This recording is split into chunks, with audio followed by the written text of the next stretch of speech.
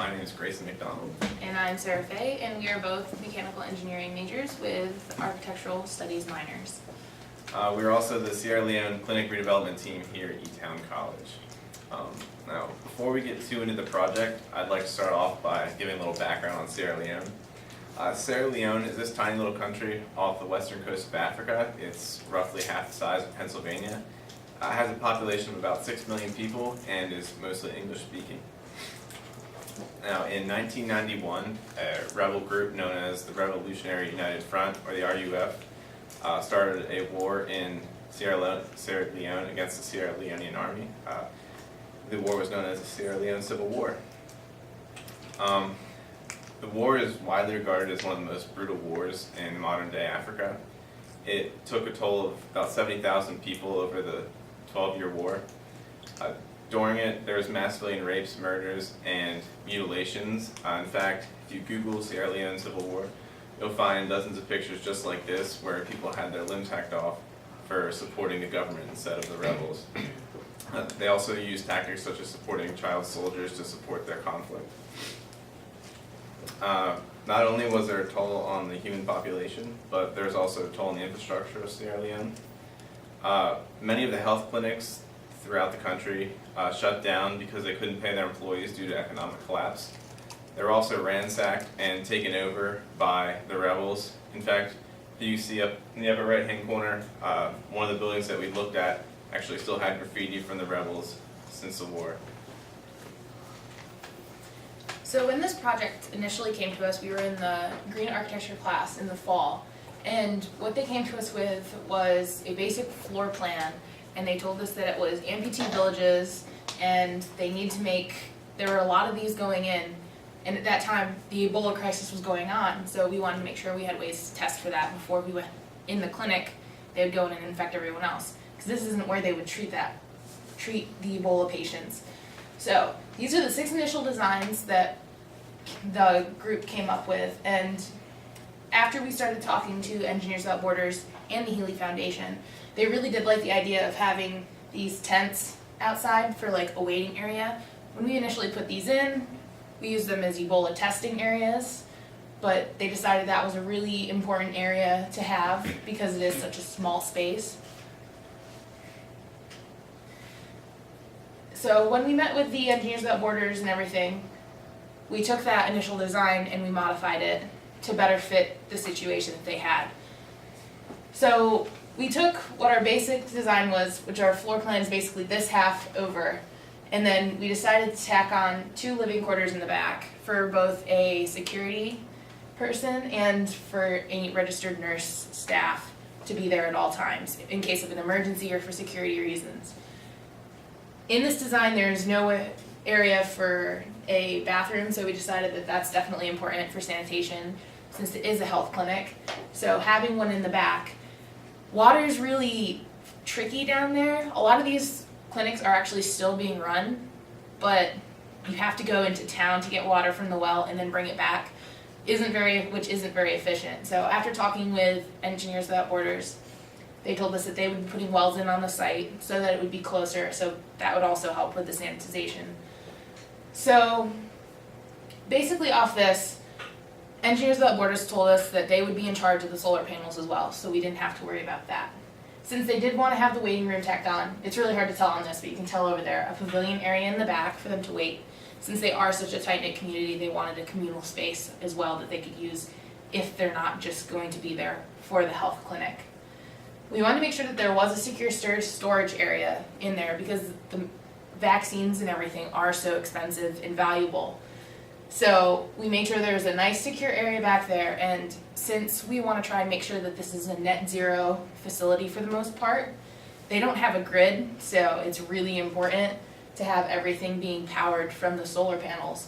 So what they decided to tell us about was a refrigerator that is very insulated and can maintain cold temperatures and keep things good overnight, so from the time the solar power is being activated in the day and then back again, none of the medications will go bad. Microcell towers are one of the things that we talked about adding. Very important down there as well because they don't have the internet or anything like that. So they're calling from the clinic to the hospital to figure out what they need to do. So that's definitely something that we wanted to make sure that we put in. An autoclave takes a lot of energy, but definitely a necessity for the health clinics. They're used to sterilize the needles and everything. Basically, if you go to the dentist, they have one of those just to make sure that there's no germs on anything and you're not getting cross-contamination. That's also very, very important. One of the things that no one really thought about until the Engineers Without Borders team came in and talked to us was a French gutter system. We had heard about the rainy season, we didn't know how it would affect everything. So they suggested a French gutter system, which is concrete trenches around the outside of the buildings to redirect the water so that the erosion would not push away all the land. So just use that to keep everything in the way it's supposed to be. And the original construction of this that we're planning on is just mud brick that they can make on site, and then using tube lights as well to keep the energy use down and maximize the solar use. They did actually bring one of these designs that we worked on into real life, the Mountaineer Clinic. It isn't exactly from the 6 teams, but it is very close. They, instead of having a pushed back porch area, they just pulled it out forward so they have more space inside, which is much more ideal because it is such a small space. So having that little extra space in the middle so that there's not so many people crammed into one little space makes it a little bit more sanitary. And it is run by the Catholic administration down there. They have a really big pull. So a lot of these are being run right now, and they're big facilities, but they're being run by like 2 or 3 volunteers. That's who they have, and they've been keeping them up and running. So with the Healy Foundation coming in and helping with this, and them working with us, we can plan on getting a lot more done in a faster time. Apart from the design portion of the project, we also had to perform gap analyses. So a gap analysis is, in essence, an analysis of all the requirements the building must have, and based on what it currently has. So the Healy Foundation sent us 44 documents, each containing pictures and a brief description of each site. Our job was to analyze all the sites and provide feedback to the Healy Foundation. As you can see from the pictures, many of the sites were ill-equipped and in really poor condition. So a lot of the sinks were very unsanitary, which isn't very safe for working with medical tools. The lawns pretty much all needed trimmed. A danger in Africa is actually snakes hiding in some of the tall grasses, so we needed to make sure all the grass was kept in check. There's also broken down fences, which compromises security, and a lot of the medicines can be stolen if that's not repaired.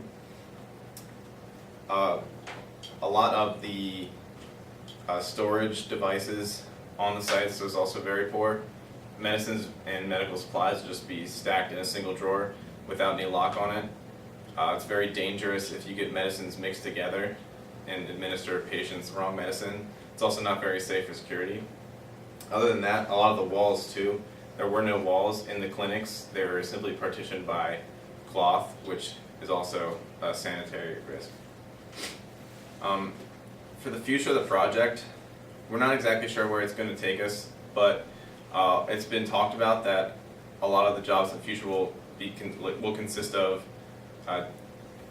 laying out supply lines for the sites so that medicine and medical supplies can be delivered to each site efficiently. They also need to repair a lot of the roadways since a lot are affected by the erosion during the rainy season. That will consist of digging trenches and for water runoff. Also delivery systems for the clinics. A lot of the deliveries are done by motorcycles, so we want to set up a motorcycle teams to bring the supplies and also take out the waste from the project to a disposal facility. Thank you very much.